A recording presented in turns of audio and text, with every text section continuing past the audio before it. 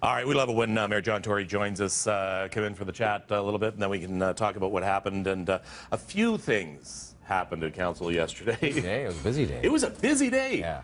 I think King Street is on a lot of people's minds as well. I think a lot of people are still saying, great, but there's still some people saying, okay, we'll see. What's your thoughts now that But Kevin, we're saying that too. We're saying we'll see because it's a pilot project for a year.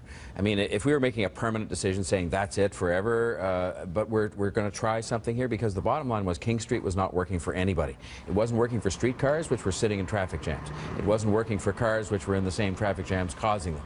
It wasn't working for anybody. So we're going to try to do something that puts transit first because this is the busiest surface transit route in North America, the third busiest route overall in our whole system, just behind the subway lines, and we've got people were saying it's faster to walk than take the streetcar. The secret's going to be enforcement, though. Look at Bay Street. The diamond lanes on Bay Street are not enforced. I mean, obviously, you can't have police there all the time. If there is no enforcement, King Street is just not going to work. We had in the resolution yesterday, in the council resolution, that we asked the police chief to help with enforcement. But I think also this is one of those instances where I would say let's use technology. I mean, technology is going to pretty clearly indicate, you know, the red light cameras we have permission to use now are going to pretty clearly indicate if somebody's where they're not supposed to be. But we'll use what we have to use in order to make sure that this is enforced because that's the only fair way in which you can see if this will work. And the proof of the pudding, as they say, will be in the eating, which is streetcars will either move faster or they won't. I'm optimistic they will and that they'll be more reliable. And for 65,000 people versus 20,000 in cars who will go to the other streets. And the other thing I'm focused on, so people know, is construction and things like that on Adelaide, Richmond, and Queen, which are going to take some of the traffic flow off King Street. We can't have those streets torn up all the time. So I'm focused on that, and I'm already asking the officials now, you tell me that we're not going to be tearing those up during the pilot project. Yes, definitely. So, all right, now, very quickly, I want to get to the tennis match between you and Queen's Park over transit. So they hit the ball back into your court. Well, you've just slammed the ball back into the province's court. Well, the federal government did, actually. Well, yes. I had a second man on my side, a second That's person. Right. You're playing doubles with Kathleen The Fed simply said, look, we're going to give $5 billion to Toronto, which is fantastic news for Toronto in terms of transit going forward and the relief line and the Scarborough East LRT. But they said, we are going to insist that the provinces, including Ontario in this case, match that money at least to 33%.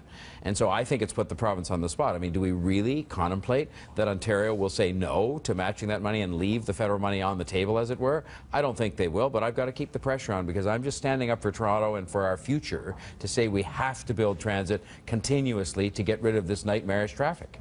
And very quickly, we got to get into the mayor's tie. Amber noticed your tie.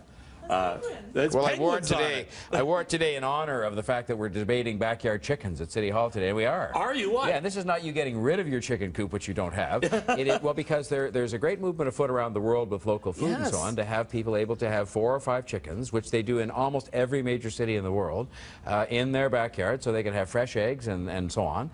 And there's a course you'd have to take as to how to properly look after them to be healthy, but that's going to be on the agenda today, so you will hear news of that. And I have the penguin tie. I didn't have a chicken tie. Against? I'm actually not uncomfortable with, again, a pilot project in 4 areas of the city to try this out. But no cows. Okay, as always, give your Twitter handle up because people need need to know. At John Tory. It's very simple. John Tory. Yeah. Have a discussion. You know what? You like it, you don't like it, but I mean, be reasonable about it. Don't be a troll.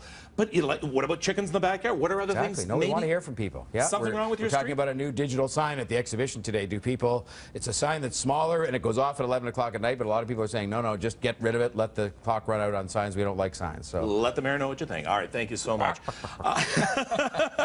You know that's the only clip we're going to play at 6 o'clock.